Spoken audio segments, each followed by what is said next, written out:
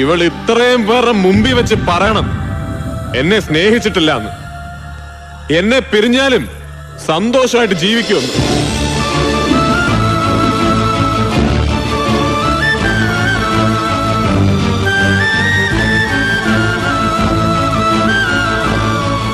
കണ്ടോ, അവളെ കൊണ്ട് പറയാൻ പറ്റില്ല. ഞാനൊരു തെറ്റ് ചെയ്തു, അതിന് ഞാൻ മാപ്പ് പറയാൻ തയ്യാറാണ്, എത്ര വട്ടം വേണമെങ്കിലും. പക്ഷെ അറിയാതെ ചെയ്തു പോയൊരു തെറ്റിന്റെ പേരിൽ പ്രേമിച്ച പെണ്ണിനെ സഹോദരിയായിട്ട് കാണാൻ എനിക്ക് സൗകര്യമില്ല.